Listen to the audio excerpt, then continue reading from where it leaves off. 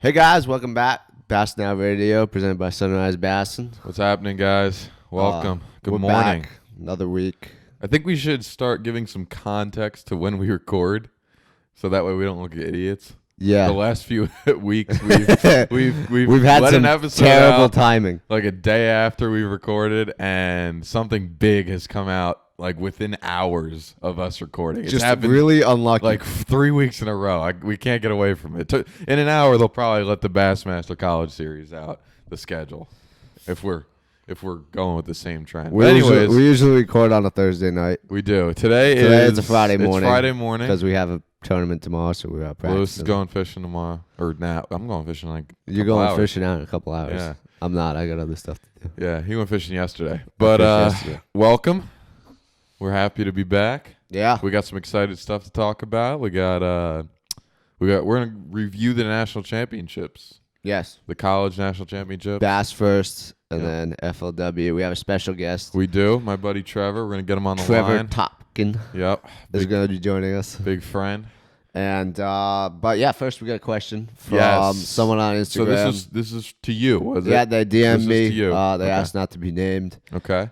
so I ain't gonna name them, obviously. Let's hear it. And their question was, what is the best way to like learn or get into bass fishing? Okay. Um, Kind of from a high school angle, right? yeah, I was someone that was in high school. Okay. They saw that I was part of the UNC Charlotte team, and they asked like, "Hey, I was thinking about going to UNC Charlotte, but how would I get into bass fishing?" Cool. I mean, You could talk a lot about yeah, that. I feel like I could talk a lot about this because I didn't do a lot of bass fishing until I came down here. I mean, the big thing for me was time on the water. I think That's most pro anglers will say time key. on the water is key. But I mean, time on the water with people that know what they're doing. So, I mean, I've learned from a lot of different guys at this point. Yeah, for sure.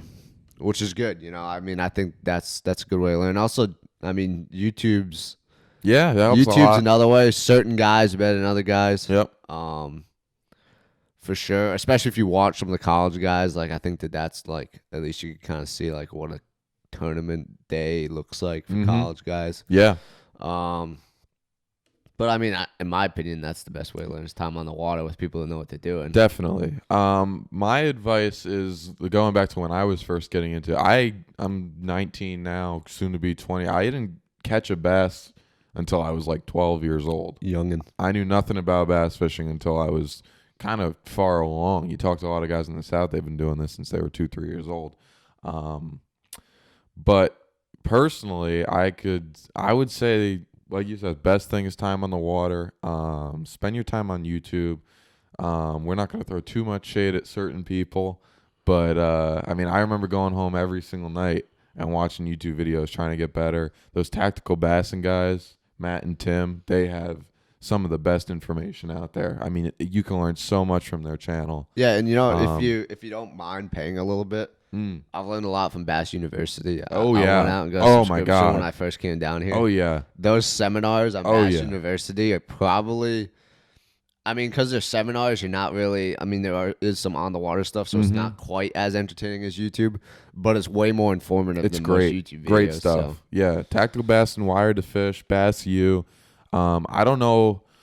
I haven't paid too much attention recently, but back in the day, they used to do seminars across the country where you sign up to go to those seminars. I think they still do. I went to they one. Still, yeah, I mean, that's where It they was record excellent. them, is they Yeah. do like in-person ones. Yeah, so. excellent. They're great. Who did you see?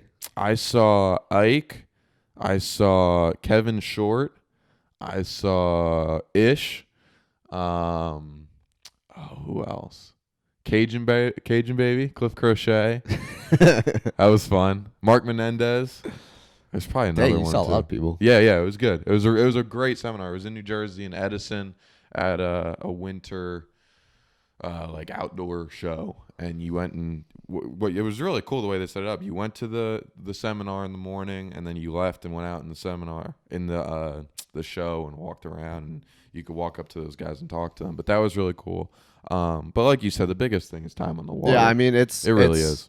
You're not necessarily learning how to fish. You're learning what to use and when. Yeah. That's the big thing for bass Yeah, fishing. it kind of you shape your. It's way more sensitive to that. You than learn others. your personal kind of niches in fishing, what you like to do. how to get better at certain things, how to face different conditions. Another big thing, and it does suck. Like I got so tired of it after a long time, but being a co-angler for a year or two or longer, Yeah, I co-angled is for a year. huge. It's so, I mean, it's key. You learn so much without having to run the expense of running a boat, gas, the whole nine, things breaking. You don't have to worry about any of it. You just show up, put your rods on the boat, put your tackle, go fishing. You can win some money. You'll learn a lot from the guy in the front of the boat. You learn, and sometimes the biggest lessons you learn are what not to do. Yeah, I will say that like if you want to like look at like there's like so many different techniques. It's better to like master like 2 or 3 techniques than try and learn every single technique because there's like a million of them out Yeah, there. you're gonna find what you like to do. You got to dip your nose in everything. There's a couple different kinds. Like there's a guy like Denny Brower who went everywhere in the country and flipped a black and blue jig regardless of where, and made a hell of a lot of money doing it. Yeah, Then you look at a guy like Iconelli, and I see Iconelli as a guy who can do a lot of different things. Has no like standout. I'm great at this, like a David Fritz crankbait or a Denny Brower jig. But I mean, my Ike can go anywhere. You've seen him won tournaments on a crankbait, on a worm, on a topwater, you name it. So there's kind of 2 different approaches to it. I think everybody's different, and all it takes is time on the water. It's what you like. I mean, what the hell? Fly just flew into my mouth. Yeah, I just saw that was fly wild. come out of nowhere. No, that's a great question. Especially as a high school guy. I mean, going to the Bass Nation, sign up for a BFL as a co-angler, fish a couple of them. You'll learn so much. Or at least find like local club tournaments. Yeah. I think Oh yeah, that's, local club tournaments too, man. There's so many a lot clubs. of those local guys will help you out. Yeah, you go in on Facebook and stuff and find out which clubs are looking for non-boaters to sign up. The clubs, I can speak from being in a club and talking to all the guys that ran it, and we loved having non-boaters. I mean, not just because it's cool to split the money, but I mean, like club tournaments, it's really about having a good time. I mean, you go out, you meet a great group of guys, you hang out after the tournament, you hang out after practice, you go travel around with each other, split the hotel room, the whole nine. So you get a great insight into the world of tournament fishing, and it's a good time. And those guys like me personally, I loved having a non-boater with me because I could try and teach him something. Maybe he could teach me something. It's kind of good bouncing off of ideas. Like those tournaments aren't so serious. I mean, when you get on the water, obviously, if you have a competitive mindset like me, you're gonna be in it. But at the same time, like it's really more just about having a good time and learning. Like when I go fish a club tournament, it's going out and learning. Like it's a good excuse to go and fish a tournament setting at a very low, I don't know, competition level, whatever the word. And if you go out and do that and you do your homework and you learn, you join the college series, yeah, you just might make the Bassmaster that's right. National Championship. That's right. That's right. Which will next year be in an unknown place because they haven't told us yet. No, they have not. I think next week or maybe the coming week. I don't know if we have anything penciled up for next week, but Andrew and I have been bouncing off an idea where, and we neither of us had said anything to each other, but we're coming up with our own predictions. It's our secret schedules for what we would like the Bassmaster schedule to be for next year. So that'll be. And we made 2. We made a hopeful one. Yeah, like a with dream places schedule. we love. Yeah, and then what and we then a think practical it might one. be. Yeah. Yeah. So that'll be an exciting episode. I'm looking forward to getting into that. Yeah, that'll be cool. I think we could do that next week, pending any big news out of the college series. Right, which could happen in 15 minutes. Literally, we'll following be this finishing recording this, and they'll release we'll be editing the schedule. The video. Yeah. But yeah, so the Bassmaster National Championship this year was on Chickamauga. Lake Chickamauga. They announced the flag. I don't know. Oh yeah, There's the flag. I have the flag. Yay. They announced it. I don't know. I honestly don't know when they announced it because I was trying to find out for the longest time when it was going to come out, and I finally emailed Hank like a month before, and he was like, "Oh yeah, it's been out," and it was on the schedule, but there's never an article. I think it came out in like I don't April or something. Do a better job with that, Hank. Notice how FLW did a big giant hoopla about announcing Harris Chain. Anyways, I'm not gonna go too far with that. Yeah, Chickamauga. Chickamauga Big was Bass Lake. Yeah. Bad time of the year. I can honestly say when that came out, I was not excited. Due to my history on the Tennessee River, that has a lot to do with it. But I mean, like the second it came out, everyone was like, "Oh my god, you're gonna Chick! You're so excited!" And no, I wasn't that excited. I mean, obviously, It's a big bass lake, but you didn't catch any big bass. I was very excited to be at the national championship. Obviously. Let me tell you right now, if you're in the college series and you haven't made it and you want to make it, it is something you'll never forget. It is an awesome experience. I would love to make it. The national championship is so cool. Before we get into all that, let's talk about the lake a little bit, though. Yeah, it's Tennessee River. Yeah. Impoundment. A lot of grass. Well, all right. So I got there, and I was going around fishing them shallow coves and stuff, and I was like, wow, look at all this grass. This is crazy. There's grass it's the best everywhere. thing in the world. Oh, my There's goodness. so much. And then we were at the pro night. I was talking with Patrick Walters, and he was talking to some of them Tennessee guys who live down there. And he was like, how's the grass? And all Tennessee guys were like, oh, my God, there's none of it. I was like, what? There's grass everywhere. So I guess there's usually a lot more grass down there. I guess it's usually matted up, and it was not for us. There's a lot of submerged grass. Obviously, you go to Chickamauga, you hear about those legendary ledge bites. I think the last few years, we talked about this on an episode a couple weeks ago. I think they've hammered that into the ground 10 times over. Yeah, with the amount of electronics, the amount of guys that know what they're doing now, I think once you get past the month of June, that ledge bite just gets so beat to death. Obviously, they're still out there, and the guys that really know how to do it are going to get on them. And when the current pulls right, guys that don't know how to do it like myself can probably get on them. The current wasn't pulling to the extent of which those guys that know what they're doing wanted it to be. I talked to some of my guys who go to Bryan. They said this is not right.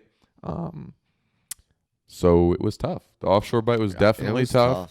It was one shallow for Chickamauga standards. There weren't as many big fish as I thought there were going to be. I'm going to be honest. Like, it was there weird. Were a couple of giants. Yeah. That were caught. Don't get me wrong, but I thought that we were going to be seeing some big bag, like St. Lawrence style, like a lot of big bags. I never ran into a big fish. I had some mechanical problems the first day of practice.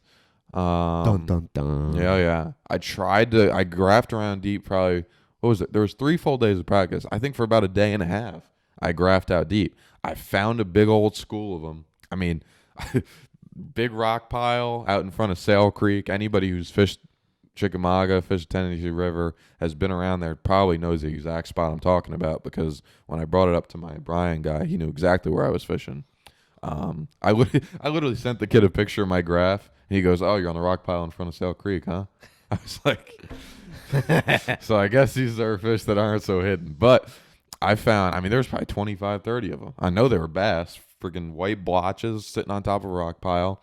But I guess, I really don't know I don't know enough about that ledge game. And he said to me, since they're suspended off the bottom like they were, they aren't going to eat. Simple as that. So crazy. I guess that's that game. I guess I gotta spend more time learning that, but I could not find fish offshore that were gonna eat. A lot of people didn't. A lot of people were fishing shallow. We were launching up in Dayton, which is up in the river, and a good bit of guys were going and fishing up the river. Our guys, Ben, Noah, a couple other guys, were fishing at the dam. Some big smallmouth up there, actually. It was interesting. All right, so the top 5. We've already kind of touched on it because we did the college. It was a breakdown and everything. chatterbait worm deal in the grass. Yeah, that's really what it was. And it was Carter McNeil, Cole Floyd won it. Which, like I said, we've talked about this before. Cole Sands, Condamero. Now Cole and Connor were leading. Yeah, first 2 days. First 2 days. Yeah, they had. I think they They might have 24 day one and 22 day 2. I did not think they were gonna lose. No, they fell off and caught like 14 pounds day 3. Cody Huff, Garrett Enders. Yep. Always do good. Hammers. Tyler Christie, Trey Shorter. Yep. They were my picks. McKendry. They were my picks. Yep. For the bracket, and they let me down. Let you down. They let me down. And then the 2 different ones, Jordan Hartman, Will Gentry. Just missed out of the bracket. Not in the bracket, Just so we didn't out. talk about them yet. But they finished 5th in the national championship, and I mean, they stayed. I feel like all 5 of those guys stayed up there, right? They were up there the whole time, weren't they? Or there's one group that like came. Okay, so it was the McKendry group, right? Came from nowhere. Yeah. That's what you mean. Yes. Yeah.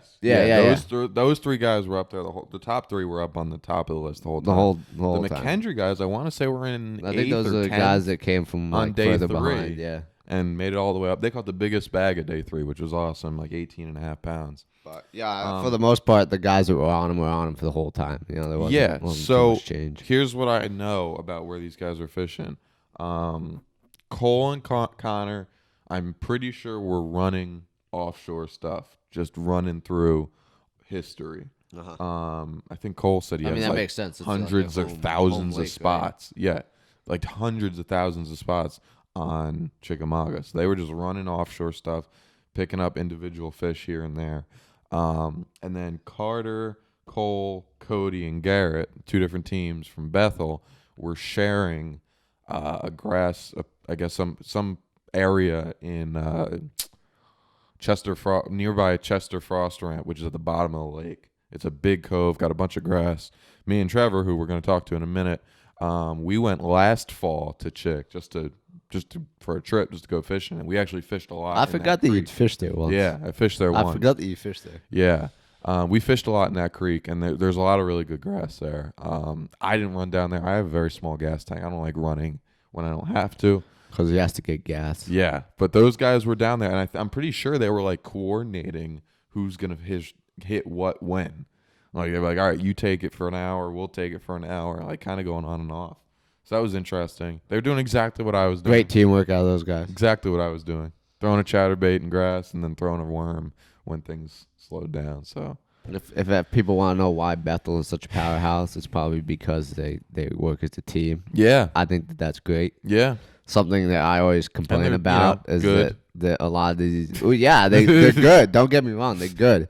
But I think a lot of these college teams could do a lot better if they worked as teams. Yeah. Like, it's just my personal if you opinion. look at the Pro Series now and the Elite Series, you got a lot of guys talking about how their roommates are either practicing together or taking different angles on practicing. Yeah. Teamwork. You eliminate a lot more water if you. Yeah. I mean, I'm working big as on a that. team. You and I share a lot of info. Me and Trevor have been sharing info for like 5 years now. I mean, we're planning on doing that. I mean, not that it's a secret. We're planning on doing that at Hartwell. Coming up. We got a group of guys going down. Everyone's going to take a different branch. Oh yeah. That's going to be fun. Report back, and we'll see what happens. Yeah. It's huge. I mean, Trevor and I have gone 1-2 in tournaments because we've shared info all through practice, and then come tournament, ran it, and I first and second, us 2. So it can work. It can really work out well. And then there's guys that like to keep themselves, which, hey man, do your thing. You do you. You do you. But yeah, I mean, it was a cool tournament. It was. I'm trying to think what else was going on. This has been the year of Schmatterbait. It was definitely tough. Schmatterbait played. It was definitely tough. It was a tough event. There, and it played at FLW. Yeah, Big Worm played a lot, a couple of places. Played a lot. Yeah, I saw someone was throwing an old monster. A lot of people throwing big worms. Yeah, I love the old monster. Yeah, a lot of guys were throwing big worms. The big fish of the tournament was a 914. I was standing right in front. I weighed in right in front of the guy who waded in.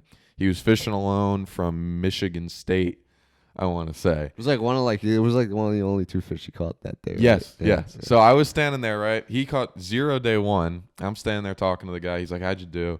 I said, I had 5 little ones. He's like, "Hey, at least you got 5." And I said, "How'd you do?"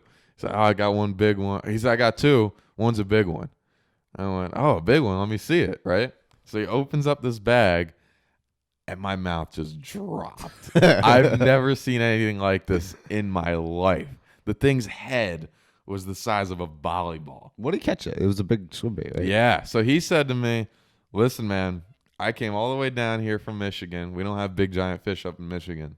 So I went out today with the mindset of I zeroed yesterday. I want a giant. I'm going to catch a big one. He said, I'm going to lock a big swim bait in my hand all day, and I'm going to catch a big one. And he said he did not put it down. And I said, you know what, man? You deserve that fish. You deserve that fish.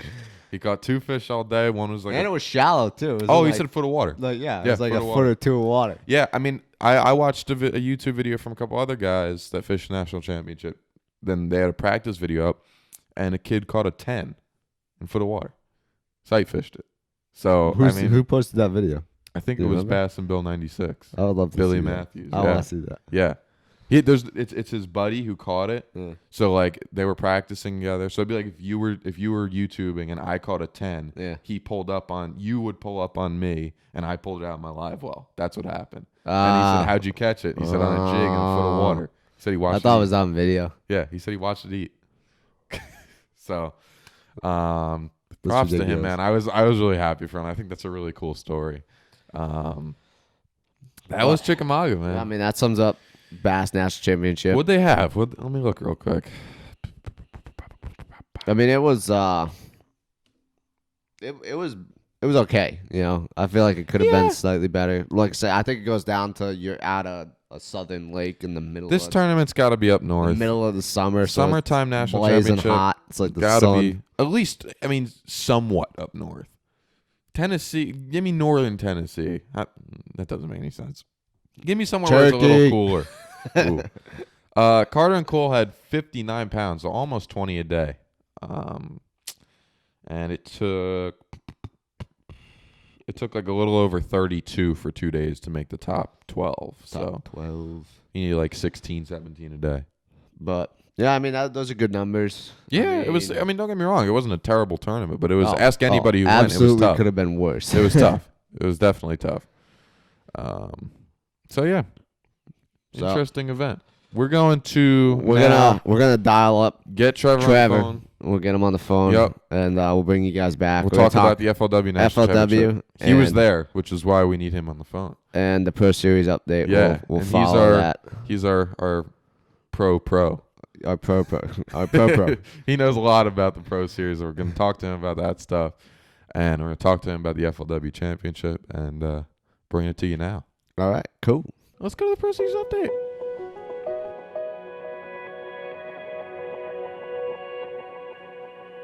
All right, guys. So we got a guest on. You want to introduce yourself there, bud? We got our buddy Trevor on the phone.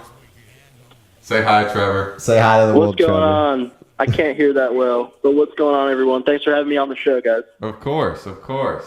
We are talking about the FLW National Championship on the Potomac River. We just went over the Bassmaster, and our buddy Trevor here was there. So, well, tell me about it. What went down? Whew, all right, where do I start?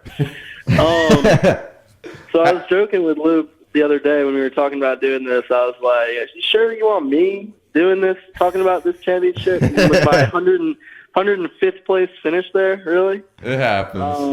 It's not like we did much better at the Bassmaster one. I didn't do much better. No. Yeah. Well, I can at least offer a perspective. Yeah. But basically, well, I guess going in, the whole deal this year on the Potomac has been the lack of grass growth. Oh yeah. So I've actually had some experience on the Potomac past 3-4 years.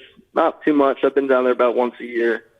And I figured that the lack of grass growth, that could help me, but it could also level the playing field because, community holes are less, likely to hold fish, and guys can just find their own little thing where they can win off of. And that's kind of what ended up happening. Right. Even though it was a grass deal.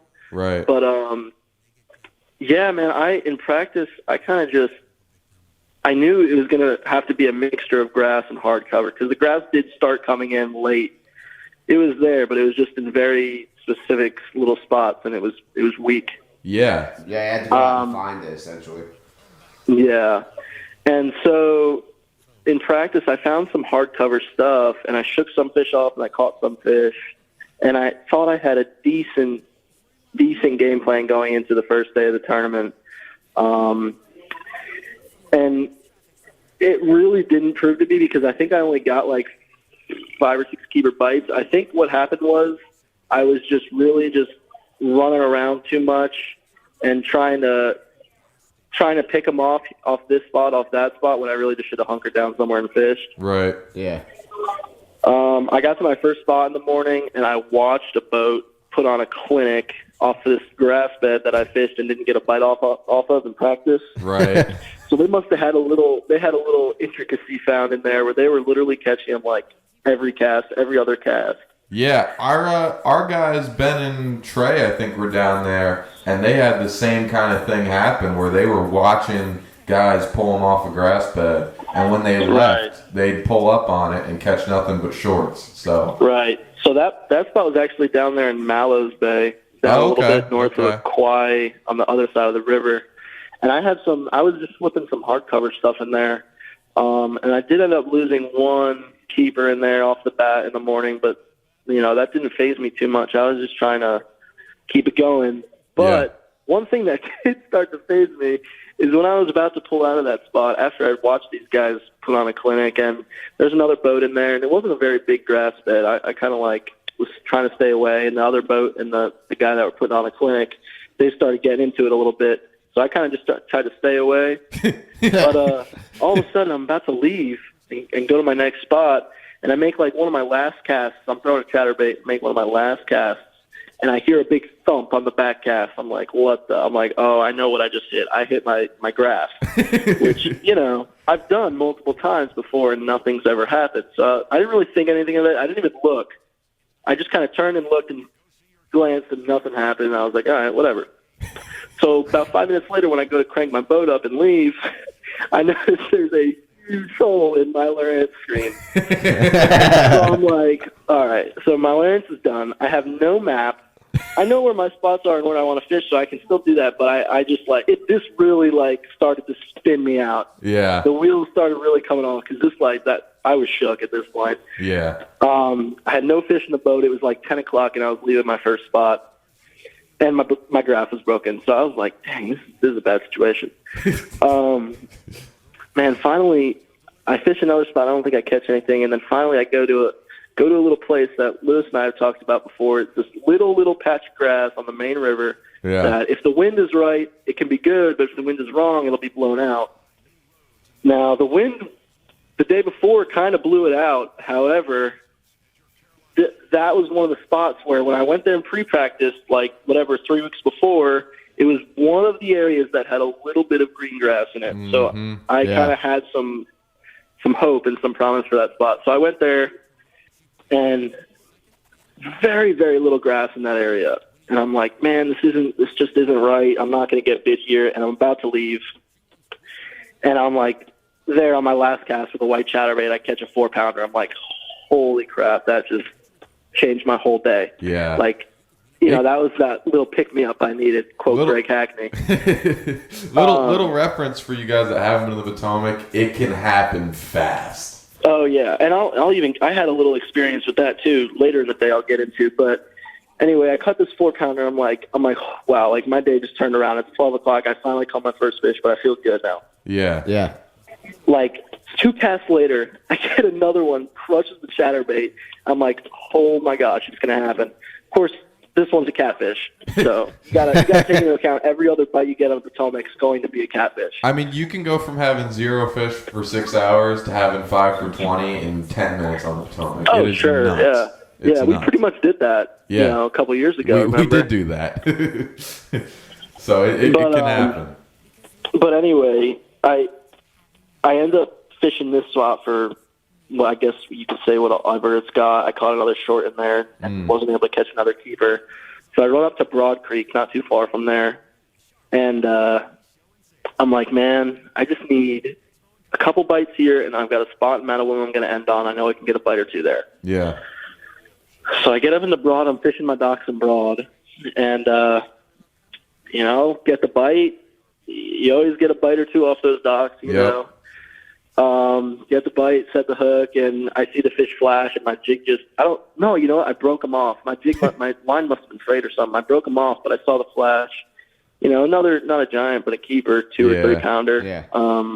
Which would have went. And that I was like, come on, I just can't land them. So I still just have the one. So I pretty much decide that I'm going to spend the rest of my day in Mattawoman on the best tide, because I'd found in practice, like it's either the second or third day of practice, I had found this little spot in Mattawoman. It was kind of a community hole, but I had my little area off to the side, right, where I was getting bites. Like all of my concentrated bites were in this little tiny spot in the community hole. So I kind of had some confidence there. So I went there for I gave myself, I think, maybe 45 minutes at the end of the day on the very best tide, because in practice I would not get bit there unless it was like dead low. Yeah. Dead low. So I went there, and tide got right at the very end of the day, and I was able to get 2 there. Like it was like a light switch turned off. Like we were saying before. Yep. When you have a school in Potomac and the tide gets right, sometimes it's like you wouldn't believe it. It's every cast. It goes from nothing to unreal. everything. They turn on so quick, and it's. But yeah, I ended up catching 2 keepers there. I caught a short there, and I lost another fish there in 45 minutes. It turned on, and I ended up weighing 3 on day 1. Okay. So that wasn't very good. Not the greatest of starts. I don't know about you guys, but I watched the live. Yeah. I thought it was so cool that they had live for this. And they kept talking about the waves being big, but every time they went to someone, it was like flat calm. Were the waves actually bad out there? Because I was like, man, every time they cut to someone, it was like flat. Yeah. Yeah. How was the weather out there? Was it good? Yeah, the Potomac can get real rough. So. But anyway, day 2, I didn't know what the heck I was going to do after what happened the day before. So I decided to just start in a completely new creek that I barely even fished in practice. And are we naming names? 3.5 pounder on my first flip of the morning. Are we naming names? What'd you say? Are we naming names? I can't understand you. Are we naming names? Oh, I don't care, I guess. Pohig Bay. Hell yeah. There's some laydowns in there that I like to flip. Yeah. And I get literally first flip of the morning, catch a 3.5. I'm like, oh, okay. Oh yeah. I remember you. We're not. Never mind. Never mind. And I go down on my rest of the laydowns, and I don't get any more bites in there. And I spend like a couple hours in there, and don't get any more bites. I'm like, wow, that kind of sucks. Yeah. And so I was literally going to come out of there, and my game plan that day going in was actually, once I finished up in Pohig, I was going to run up to the spoils and end my day there, because I thought that's the best chance I have at catching like a high teens bag at this point in the tournament. Like, you know, being that I don't have anywhere else to really go to catch it, you know, confidently catch something good. I know that they live there. For those who don't know, the spoils are like way up there. It's like they're up in DC. Yeah, it's up in Washington DC. You need a DC license to fish it. It's all hard cover, like industrial stuff and rocks. It's wild. Concrete. It's wild. So the problem is, when I came out of Pohik, it was blowing like insane, and it was like 3-footers coming down the river. And when there's 3-footers up there, you know it's an issue, because that's like the skinniest part of the river. Yeah. So I was like, you know, catching 3 yesterday, I don't have a shot at making the cut, but I did want to catch a big bag anyway, but I don't have a shot at making the day 3 cut. So I'm just going to play it safe and go back to Mattawoman and spend the rest of my day there. Literally probably still had half the day left, and I just wanted to go back there, not run anymore in the day, and just go fishing in Mattawoman. Right. So that's what I did, and I got back on that spot I had there, and just like I said, they would not eat unless it was dead low tide. Yep. I sat on that spot for 3.5 hours before I got my first bite, and then from the time I got my first bite to the time I had to go check in was like an hour, and I had like 5 bites in that time, and I think I caught 2 of them. Right. Or no, I caught 3 of them. One was a short, and then I lost 1 or 2 again. Yeah, it was the same story as the day before. Yeah. On that spot. Potomac's but weird, yeah, man. That was my tournament. It was pretty bad, but the Potomac can be a tough fishery. It can be a really good fishery too. It can be very humbling, and you can have the best day of your life out there. It's and especially lately with this year, especially with the grass being down, it's been really tough. It's upset me to see it, but it happens. Now, so for those of you guys that don't know, Adam Puckett and Blake Albertson won it for Murray State. And I'm pretty sure everyone in the top 5, Tristan and Dakota and Jared Martin, Nicholas Martin, I think they were all throwing chatterbaits. Yeah. Like, chatterbaits were like the move. When you go to the Potomac, if you're not throwing a chatterbait at some point, you're not catching. Chatterbait, swim jig.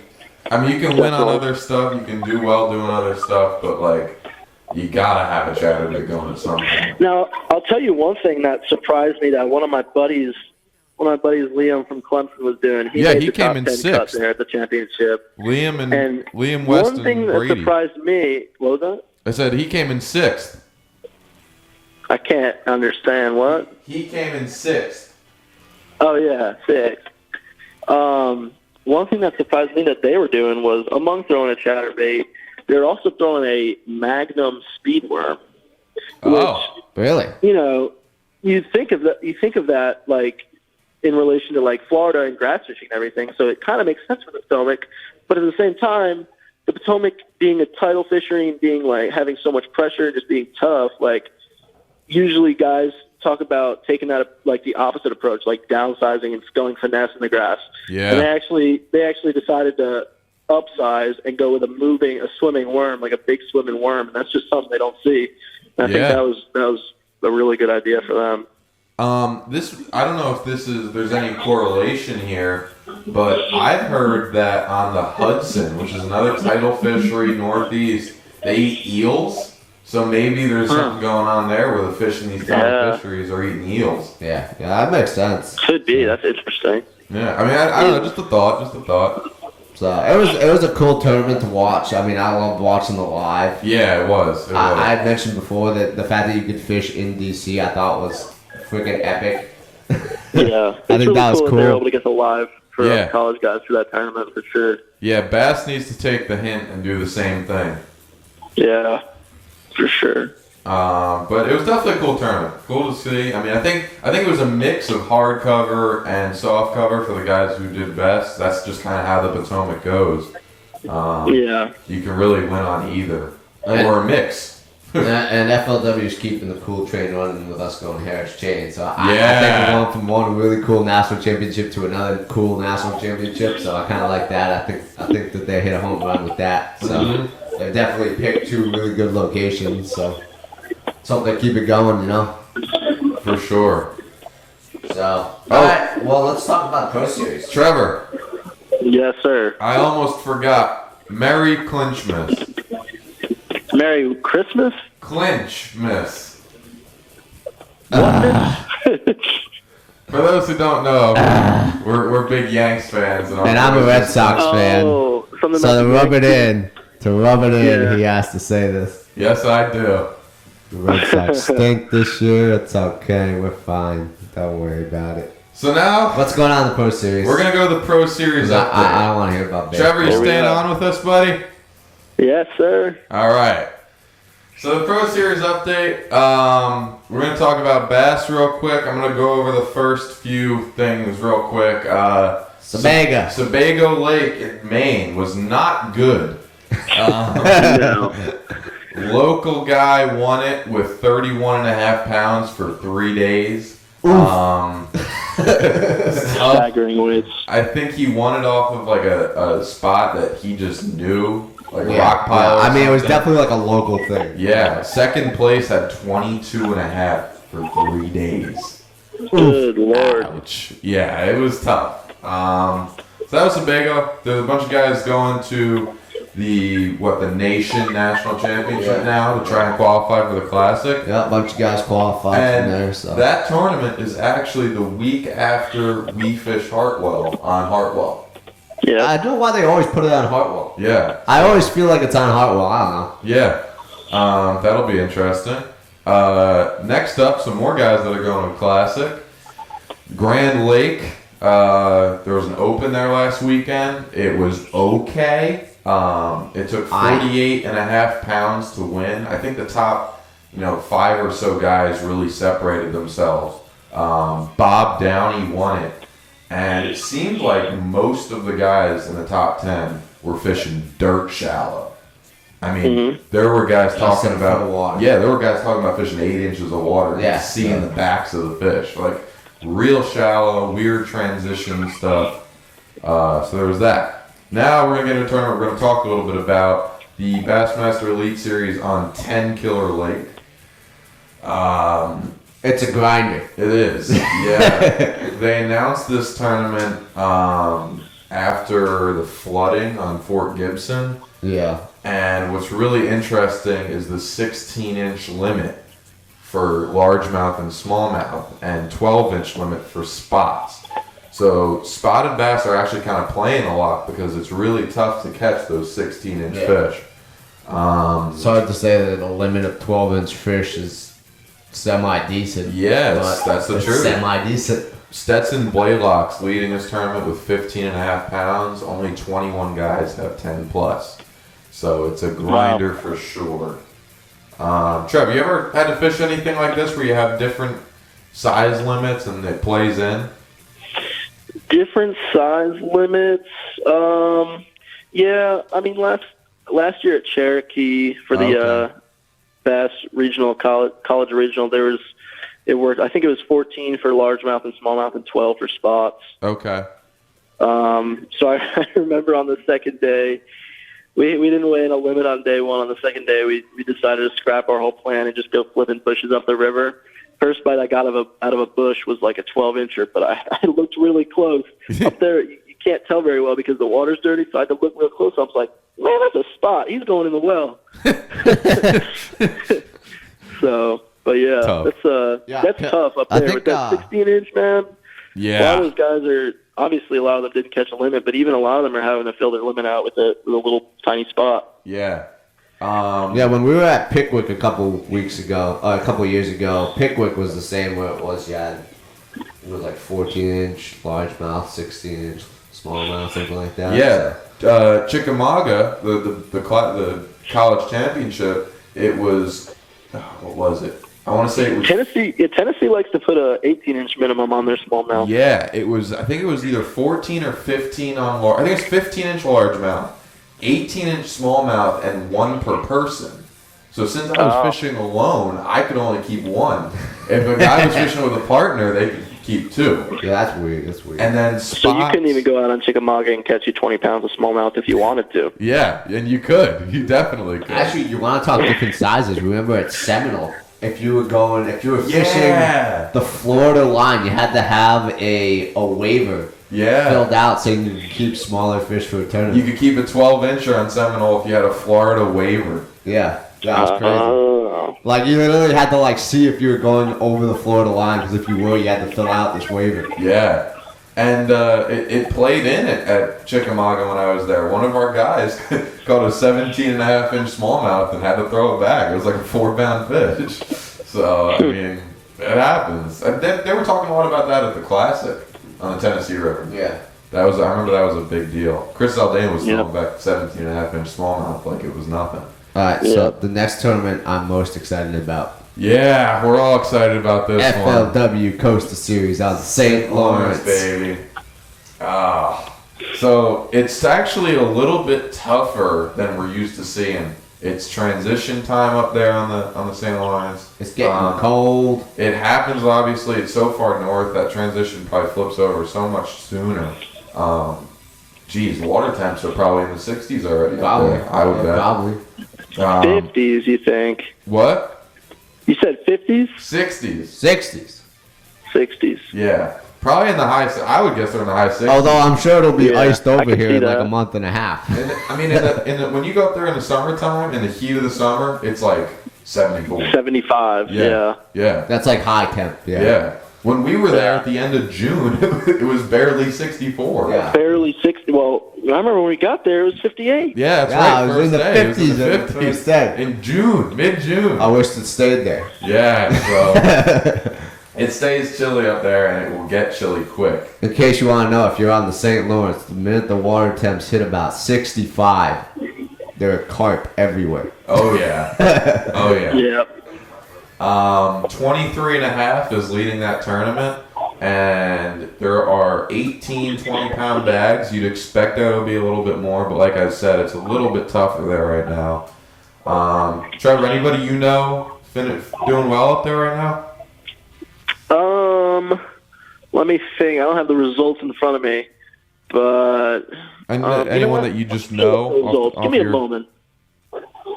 We know that Nolan Miners. Nolan is fishing it. He's as a co-angler. West Virginia. He's a guy that we fish Nolan's against. practice partner did well on Nelson. Yeah, he had some boat problems, but Adrian's doing very well. He's been dominating the Costas. Adrian Avina, that is, from New Jersey. He's got Andrew's got 18 clubs. I don't think. JT Kenny's up there. JT Kenny's up there, not his biggest fan. But, FLW fishing won't load, so that's good. There's two Jersey guys in the top 12, Adrian and Jason Berger. They both have They both have over 21. A lot of Ontarians, if that's what you call them. Ontarians. All right, complete results. Brian Thrift, our boy. Brian Thrift, what did he only have? 17 pounds? 17 3/4-ish, and he's in 30th. The blows my mind that you can just name that off the top of your head. Our boy Travis, Smallmouth Crush, had a tough day. Which surprises me, because he's been crushing them out there on his YouTube videos. Who did? Travis. Oh, yeah. He had 16. Yeah, it surprised me to see him with only 16 pounds. Yeah. He'll come back, I think. So he's good out there. But we'll see what happens. Yeah. I mean, it'll be good numbers, but I mean, it isn't going to be like when we were there in June, you know. So No. Certainly different, but I mean, I'm really interested. It's still St. Lawrence, so yeah, I'm really interested to see if we go back there, because I can almost guarantee it's going to be pretty dang close to a repeat. I think we'll be higher. Yeah, if the river's open. Through some stuff. Anybody got anything else to add? No, I mean that sounds good to me. St. Lawrence, what more can you say? I know. We've talked about it a lot. We've really hammered it home. You guys heard my rant last week. I'm trying to tone myself down. Trev, you got anything to add for us, bud? I don't think so, man. I'm just reading this St. Lawrence article from the results on day one. Right. Yeah, this guy, it looks like he caught him from 5 feet to 35 feet. Yep. Yeah. Cool. There you go. That's what you could do there, especially at these times of years when they're transitioning. Yeah. You can really catch them anyhow you want. I mean, I know some guys are jerking for them, which is just my favorite thing to do. Some guys are drop shot in the 40-foot. Yeah. You and I saw it when we were there a year and a half ago. I mean, you could catch them however the hell you wanted to. Yeah. There was no overwhelming pattern. Well, there was one overwhelming pattern, but and it seems like a couple of these guys were running it. That current deal, you get in the current seams and you can catch them that way. But yeah, so good stuff. We'll be back at you next week, guys. Thanks for joining us, Trev. I think we're gonna do. Thanks for having me, guys. Thanks, Trevor, for being on. You got it. Had fun. It was good hearing your input on FLW because, like I said, we didn't go. Yeah. But yeah, we'll be coming at you next week. I think we're gonna do our scheduled episode next week potentially. Trev, we'll have you on another time. Hopefully, we have some better audio so you can hear us better. We're working on it. Sounds good. Yeah, it was a little shaky this time, but we got her done. We'll figure it out. We're a growing podcast, you know. Yeah. Please like and share this, guys. Get the word out. If you got any more questions, DM them to me. Yep. I got a couple this week, so that was awesome. Really appreciate the input. Yeah, thanks, guys. That's huge. Hope everyone has a great weekend. Tight lines. We'll talk to you guys next week. Thanks. See you guys. Thanks, guys. See ya.